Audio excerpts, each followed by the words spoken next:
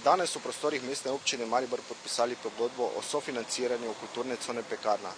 To pomeni začetek konca težav z obnovo le-te, kljub temu pa so se danes pojavili tudi nekateri kritiki. Torej, ali pomeni današnji podpis pogodbe o sofinanciranju obnove Pekarne začetek konca kalvarije glede vseh težav pri obnovi Pekarne? Jaz težko komentiram težave, zagotovo pa pomeni začetek investicije, začetek del, ki se bojo pričele izvajati. Konec poletja, predvidoma po trenutni časovnici v drugi polovici meseca avgusta, bi naj torej pričeli z izvajanjem gradbeno-obrtniških del na upravni zgradbi, ki je bila tudi predmet, tega razpisa, na podlagi katerega smo danes sklenili to pogodbo z ministrom. Dela na upravni zgradbi naj bi trajala približno 1 leto, to pomeni, da bi konec leta 2010 pričakujemo, da bi prvi objekt, ki hkrati predstavlja prvo fazo prenove kulturnega centra Pekarne, bil zaključen.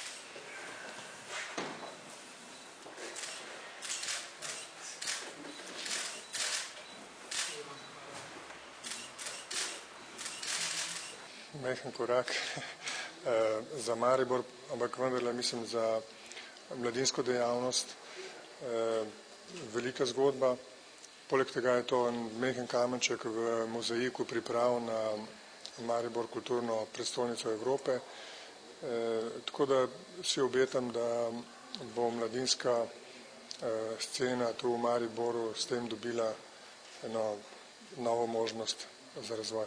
Za podpis pogodbe danes smo zvedeli včeraj točno 15:00, ko je prišel mail od županove tajnice. Podpisa pogodbe smo seveda veseli, vsak denar za neodvisno kulturo je zelo, zelo dobrodošel, po drugi strani pa smo zelo zaskrbljeni zaradi načina, na kateri se prenova pelje. Ja, tu seveda so različna stališča o tem, kako in na kakšen način naj bi država vlagala evropska sredstva. Mi smo se odločili, da gremo v razpis, ki bo dal prednost javnim institucijam in to tistim, ki imajo tudi podporo občin. Jaz si ne predstavljam, kako bi lahko deloval nek mladinski center, ki nima podpore širše skupnosti.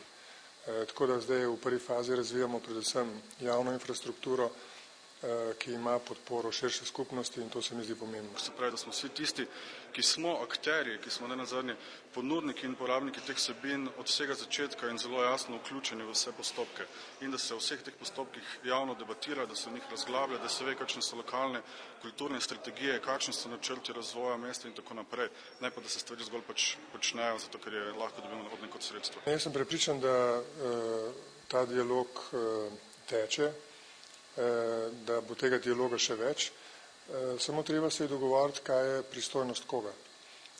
Treba se je dogovoriti, kdo upravlja celotno zgradbo in institucijo, kdo pa prispeva program.